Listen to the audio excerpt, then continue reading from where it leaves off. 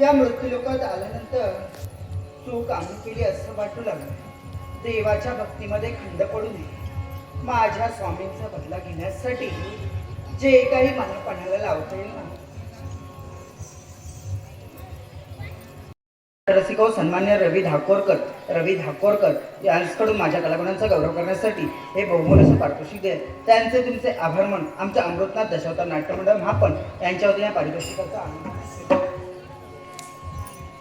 उत्तम पारसेकर सन्मान्य बुवा उत्तम पारसेकर यांनी देखील माझ्या कलागुणांचा गौरव करण्यासाठी हे बहुमोल असं पारितोषिक दिले.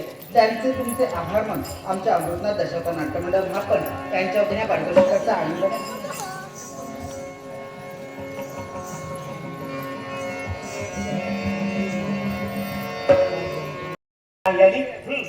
तिने माझी भक्ती केली आणि भक्ती करत असताना काय मागण्यासाठी तत्पर झाली. देवा ती म्हणत होती ना माझ्या मुलाला काहीतरी होऊ दे. हो आता एका भावात काय आहे तू आणि मी जाणताय. हो पण प्रत्यक्ष कृतीने ज्यावेळी तिची सुनबाई आली आमची भक्ती करण्यासाठी तत्पर झाली. भक्तीच्या नंतर काय मागण्यासाठी तत्पर झाली. अरे देवा किती वाईट मागणं मागत होती मी. असं काही देवाजवळ मागायचं नसतं का. मला सांग आई काय मागते आणि तिची सुनबाई काय मागते.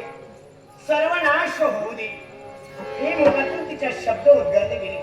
मग मला सांगेल देवानं कोणत्या प्रकारे भक्ताची भक्ती झाल्यानंतर इच्छा परिपूर्ण करायला. सुनबाईनं सासू मरून जाऊ दे तिचं वाईट होऊ दे तिचं वाटोळं होऊ दे अशी मागणी करावी. अरे बापरे मग देवा यामध्ये आता कुणाकुणाची इच्छा पूर्ण करणार आहेस तू आणि कशा पूर्ण करणार आहे हेच मला कथा.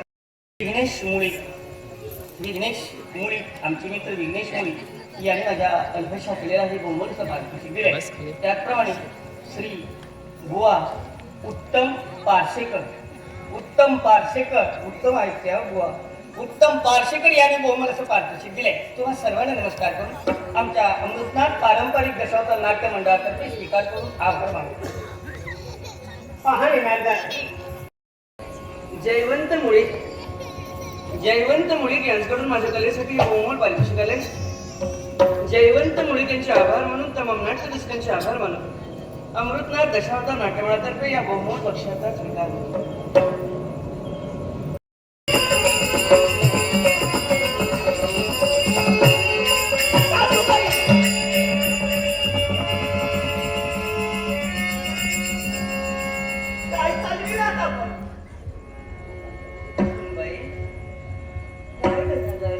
काय झालं हे तुम्ही मला विचारता? आता तुझ्याशिवाय आणखी घरात कोण आहे मला विचारायला?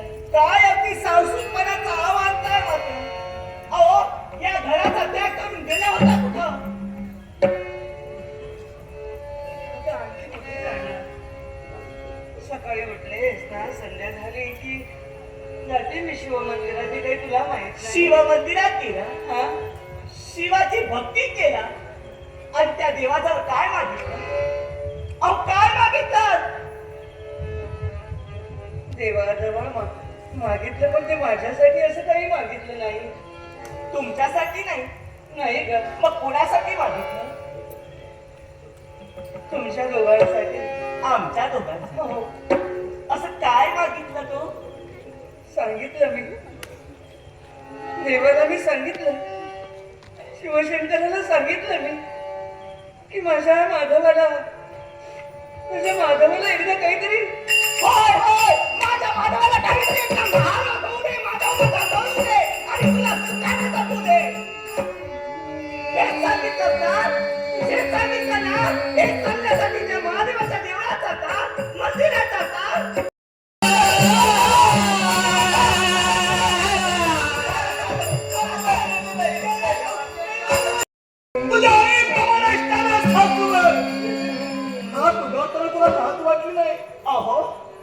तुमची आई आम्ही दुसऱ्या घरून आणलेल्या स्त्रिया, पण मला सांगावं काय तुमच्या आईला आतापर्यंत मी अशी वागणूक दिली होती? अशी वागणूक कधी मी दिली होती?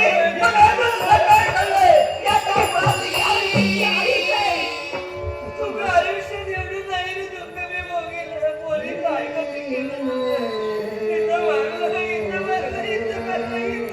गैरसमज होत माझा गैरसमज याच्यासाठी मग शाळेच्या बाबतीत गैरसमज केव्हाही करून घेऊ नकोस. मला सांगा काय एवढी वर्ष आपल्या लग्नाला झाली, एवढी वर्ष मी तुमच्याशी संसार करते, पण अपशब्द कधी मी तुमच्या आईला बोलले?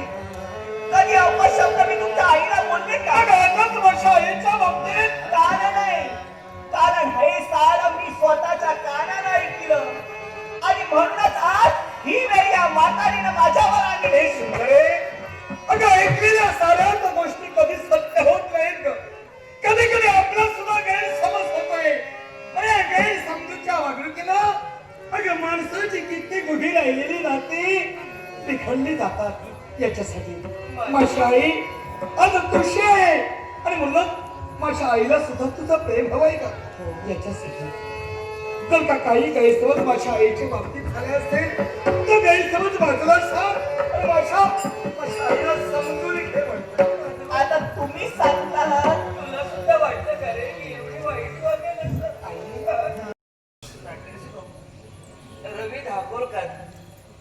रवी धाकोरकर यांच्याकडून माझ्यासाठी हे बहुमोल पारितोषिक आले. रवी धाकोरकर यांचे आभार म्हणून तुम्हा सर्व रसिकांचे आभार मानून अमृतनाथ दशावतार नाट्यमंडळातर्फे या बहुमोल बक्षिसाचा स्वीकार. शाळेवर माझा विश्वास आहे. एक माझा आईने किती घाण अभिष्ट सहन केल्या होय, स्वतः उपाशी राहिले पण या माधवाला केवळ उपाशी राहू दिला नाही. माधवाची भूक भागावी म्हणून माझ्या आईने स्वतःच्या रक्ताचं पाणी केलंय का? माझ्या आईला जर का कोणी काही बोललं असेल आज माझ्या आईवर तो हात लावून लागला. क्षणभर मला वाईट वाटलं, पण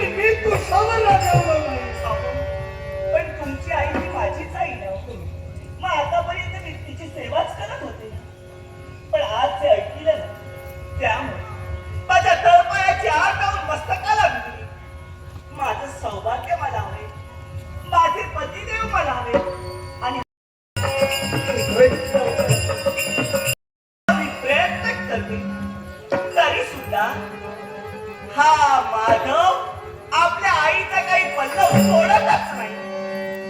विचार विचार विचार करून मी सुद्धा आता कंटाळले. अहो लग्न करून सप्तपदी चालून याच्या संसारी पदार्पण का कशासाठी? तर पतीचं सुख कुठं तरी मला लावून प्रेम मला काही मिळणार नाही आणि माझा संसार काही सुधारणा होणार नाही. यासाठी काय करावं काय करावं काय करावं हा एकच प्रश्न मनाच्या ठिकाणी वावत नाही. पण सुंदरे असं नाही. अशी चाल चालल्याच्या नंतर हे घडेल का? विचार कर. शक्तीपेक्षा